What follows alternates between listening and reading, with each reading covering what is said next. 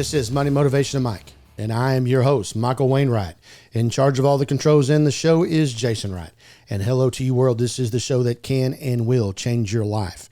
And as we continue on here talking about our government shutdown in the longest running shutdown in the history of the 200 and almost 50 years of history of the United States of America, let's continue on.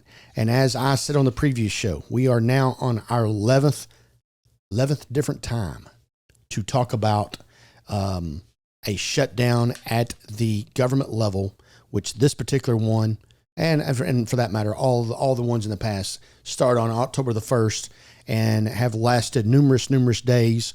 This is the longest one. The longest one before this was 35 days back in 2018 and 19. And as I said on the previous show, Jason, the first time we ever had a shutdown was 205 years later from the existence of the United States of America from 1776 when Jimmy Carter was in office. Now, let me ask you this. Since Jimmy Carter, every president since Jimmy Carter has had a shutdown except for two. I'm going to go with Bush and Obama. Actually, I think Obama probably did, so probably Clinton and Bush.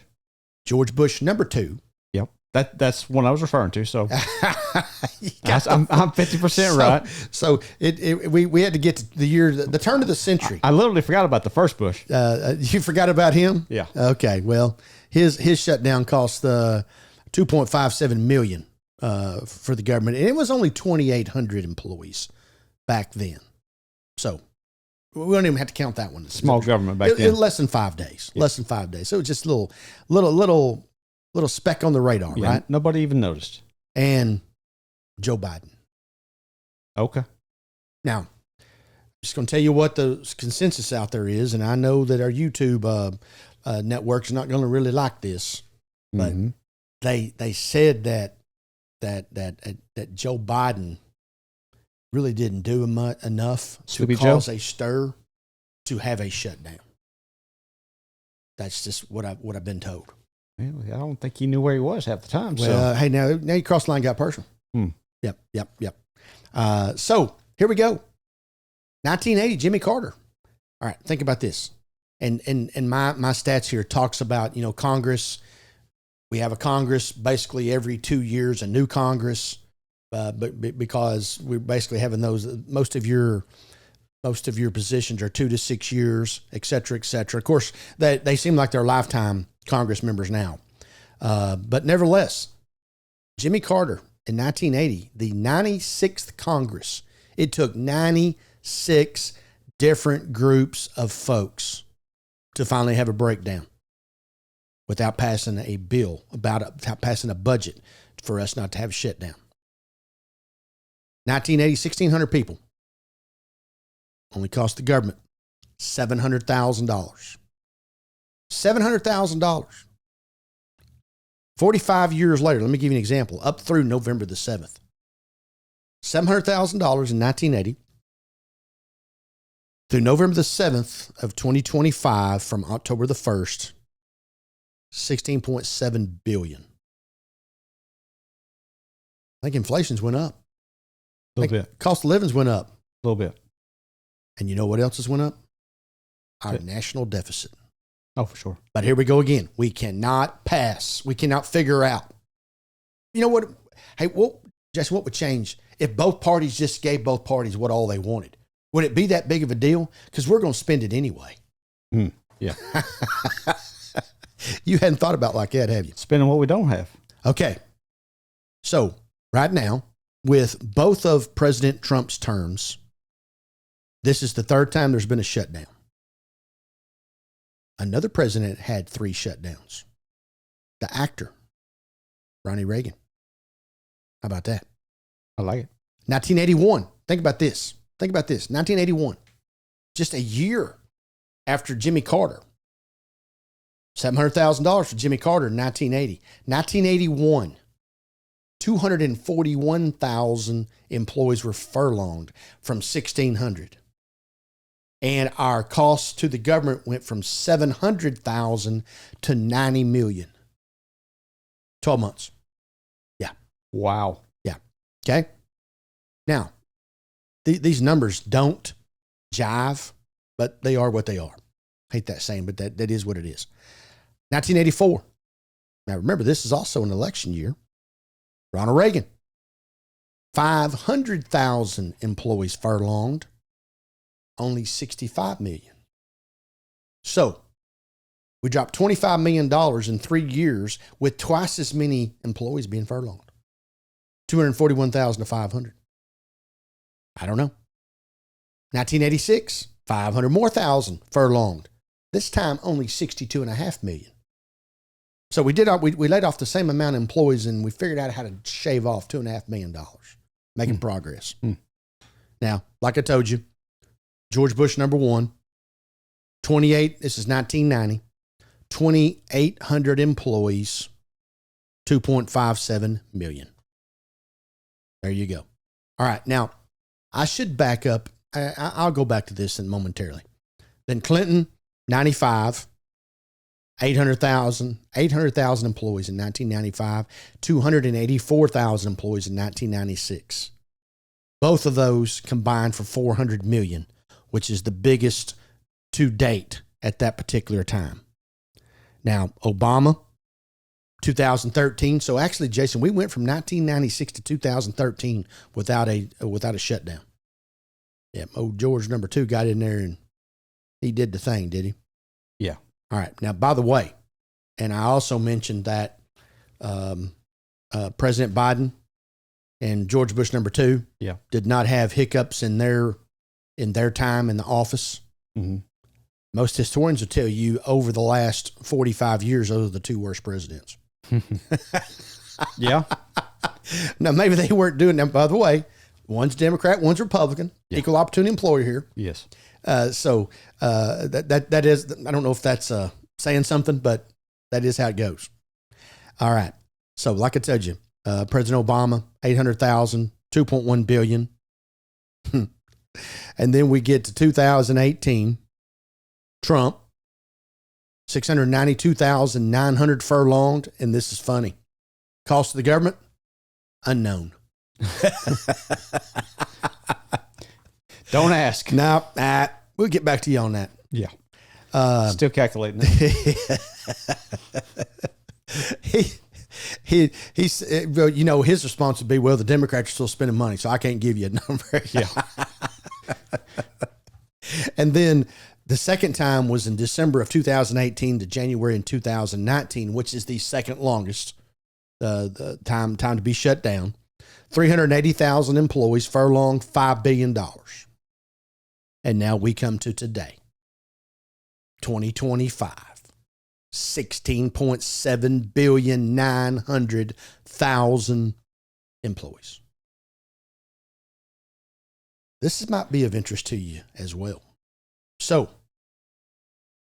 and you remember me telling you off the air that most of the time I'd never known that one of the parties having more than 55 of the senators being from one side.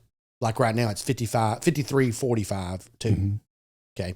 And oh, by the way, since the year 2008, there's been 2 independents elected every time. So we're working on 17 years of having 2 independents. And up until the 2008 time frame, the last time we had an independent was 1981. There's an independent in 80 and 81. Now, the first shutdown, Democrats controlled the Senate 58 to 41 to 1. 1981, next shutdown, Democrats controlled the Senate 53-46 to 1. Now remember, Reagan just got elected. Democrats still in charge from the Jimmy Carter days, and the nation is still reeling from Watergate because you had Nixon, Gerald Ford took over for him. Carter gets elected in 76, takes office in 77, and then we're going to run through that, give the Democrats their shot. Now you've elected Reagan. Everybody loves Reaganomics. And from 81, you got 53 Democrats in the Senate. In 84, 55 Republicans. They had flipped it that much. I think that's incredible. 86, 53-47, Republican. Now we're back to 90. All right. People upset with read my lips, no new taxes. You remember that? Yeah. We're back to Democrat, 55-45. So from 86 to 90, Republicans went from 53 to the Democrats at 55. That's 12, Jason. 4 years, 12 party flip. Me, that's crazy. All right. Now we're in 1990 with 55 Democrats in Senate. And the reason I say I'm giving the Senate numbers is because we know that the House has agreed. They have always agreed quicker than the Senate has. And there's 435 people over there. There's a whole lot more folks to be able to persuade one way or another and get to where you want to be. So, 1990, people upset with Bush, and the Democrats take over at 55-45 in the Senate. All right. Now, Clinton's taking over. And right now, we are moving into the Monica Lewinsky years. Oh, yeah. 1995, 1996, and the Republicans have flipped it back to 53-47. You see this circus we're on here, this roller coaster? Yeah. All right. So now, during that time, there were the two shutdowns, and they were 53-45 and 55-45 and 53-47. And then remember, from 96 to 2013, no shutdown. Obama's in office, 2013, Democrats, 55-45-2. And here's where our independents come into play. All right. Now we get into Trump. Now, this is also interesting to me. Trump's in office. Republicans, 51-47-2. Second time, 51-47-2, Republican. Third time, well, it was actually two different Congresses on the same shutdown.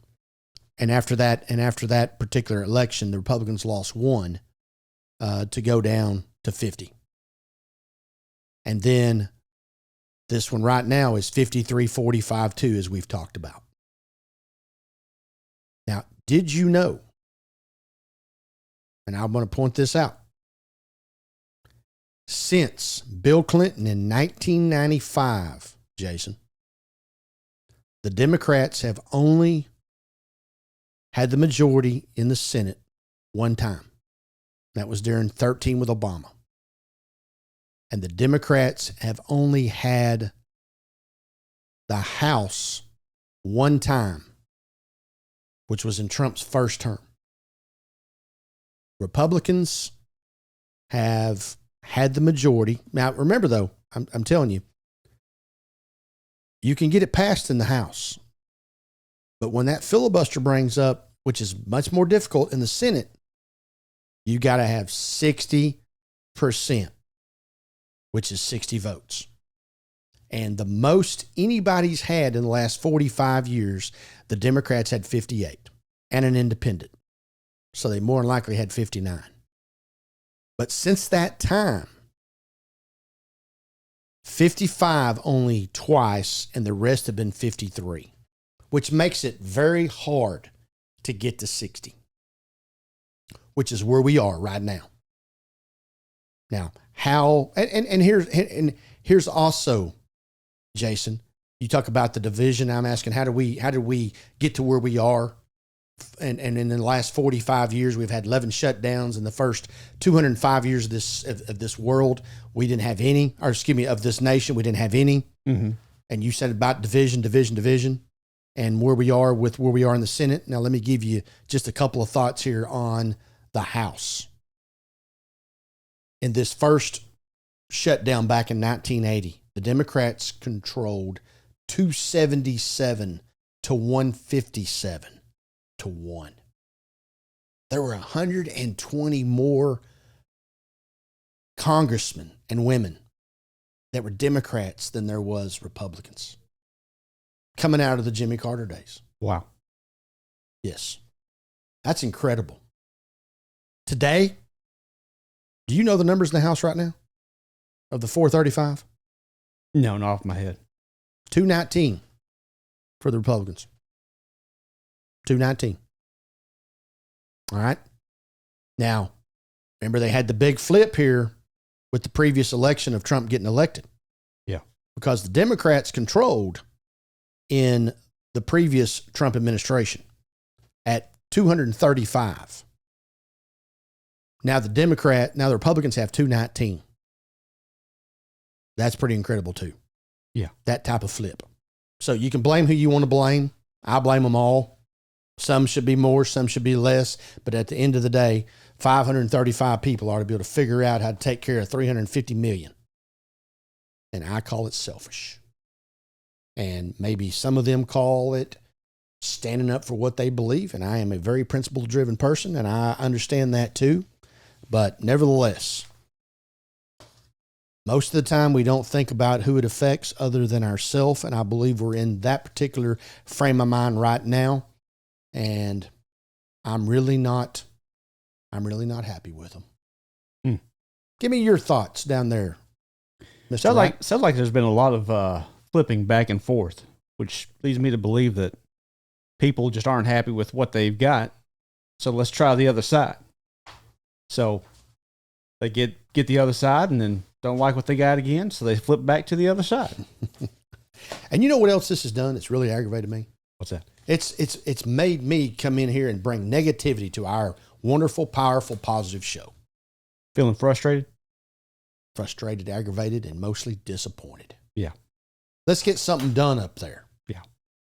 Now, at the end of the day, as these statistics I've been reading off here on the last couple of episodes, it always lists who was the president at that time.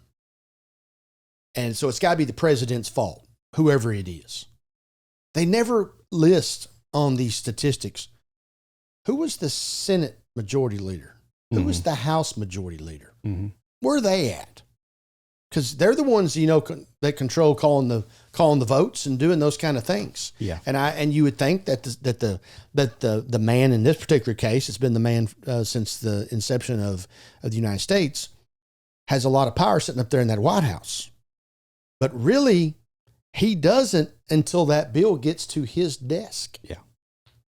He can provide some input, but that's about as far as it's going to go. They're going to do what they want to do.